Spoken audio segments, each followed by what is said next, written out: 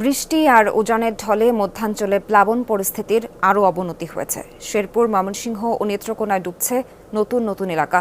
প্লাবিত ৩ জেলার ১.৫ শতাধিক গ্রাম, পানিবন্দী লক্ষাধিক মানুষ। উদ্ধারে যোগ দিয়েছে বিজিবি। শেরপুরে এখন পর্যন্ত ৩ জনের মৃত্যুর খবর পাওয়া গেছে। গতকাল উজানের ঢলে মহারশী নদীর বন্যা নিয়ন্ত্রণ বাঁধের ৪টি স্থান ভেঙে যায়। প্লাবিত রয়েছে ঝিনাইগাতি সদরসহ কয়েকটি ইউনিয়নের শতাধিক গ্রাম। উপজেলা পরিষদ কার্যালয়, কৃষি অফিস সহ বিভিন্ন সরকারি স্থাপনা ও বাড়িঘরে পানি ঢুকেছে, তলিয়ে গেছে রাস্তাঘাট, ভেসে গেছে অনেক পুকুরের মাছ। জলমগ্ন বিস্তীর্ণ আমন ক্ষেত, চরম ভোগান্তিতে পানিবন্দী মানুষ। দিনের বেলা পানি কম ছিল, কিন্তু রাতে 12টার পরে আমাদের ঘরের ভিতরে এক হাঁটু পানি। ফ্রিজ, আমাদের বাথরুম, ওয়াশরুম সব কিছু বন্ধ হয়ে গেছে এবং ওয়াশরুম দিয়ে পানি ঢুকতেছে। খাবার দাবার পাই না, পোলা পান নিয়ে কই যাবো, 12 কোনখানে তো যাওয়াতে হয় না। নেতাই নদীর বাঁধ ভেঙেছে ময়মনসিংহে। এতে ধোবাউড়া ও হালুয়াঘাট উপজেলার বিস্তীর্ণ এলাকাও প্লাবিত হয়েছে। জলমগ্ন দক্ষিণ মাইজপাড়া, গামারিতলা, ঘোষগাঁও, পোড়াকান্দুলিয়া ইউনিয়নের কয়েকটি গ্রাম। তলিয়ে গেছে পুকুর, ফসলি জমি ও গ্রামীণ সড়ক।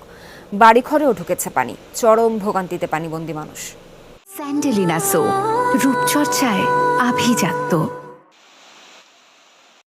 যে সকল মানুষ রাত থেকে খাবারের অভাবে আছে তাদেরকে আমরা তাৎক্ষণিকভাবে সংশ্লিষ্ট মেম্বারের বাড়িতে এখন খাওয়ানোর ব্যবস্থা করেছি। আজকে সারাদিনই এইভাবে তাদেরকে আমরা টেক কেয়ার করব।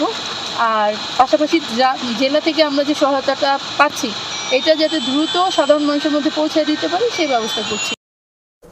নেত্রকোনায় বাড়ছে ধনু, সোমেশ্বরী, কংস ও উবদাখালীর পানি। জলমগ্ন ৩ উপজেলার নিম্নাঞ্চল।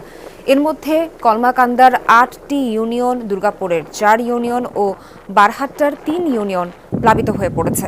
পানিবন্দী বিস্তীর্ণ আমন ফসলের ক্ষেত। পথঘাট ডুবে যাওয়ায় বাড়ছে কষ্ট।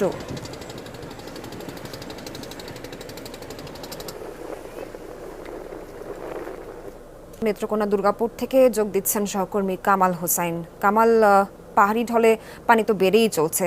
দুর্গাপুরের সবশেষ প্লাবন পরিস্থিতি জানাবেন। আমি যদি দেখানোর চেষ্টা করি, সকাল থেকে কমতে শুরু করেছে। সুখবর হচ্ছে যে সকাল থেকে এখন পর্যন্ত এখানে বৃষ্টিপাত হয়নি, ফলে পানি ধীরে ধীরে কমছে।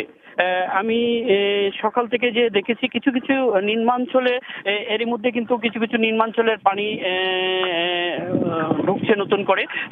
রূপা আমনের যে জমিগুলো তলিয়ে যেতে শুরু করেছে, কিন্তু এখন পর্যন্ত নেত্রকোনায় উল্লেখযোগ্য বা কোনো ক্ষয়ক্ষতির সংবাদ আমরা পাইনি। জেলা পানি উন্নয়ন বোর্ড জানিয়েছে নেত্রকোনার উবদাখালী নদীর পানি বিপদসীমার 39 সেন্টিমিটার নিচ দিয়ে প্রবাহিত হচ্ছে। অন্যান্য যে নদ নদী আছে সেগুলোর পানি এখন পর্যন্ত বিপদসীমার নিচ দিয়ে প্রবাহিত হচ্ছে। এখন পর্যন্ত বেশি কোনো ক্ষয়ক্ষতির সংবাদ জেলা প্রশাসন পানি উন্নয়ন বোর্ড আমাদের দেয়নি। এই ছিল নেত্রকোনা থেকে সর্বশেষ। কামাল, ধন্যবাদ আপনাকে।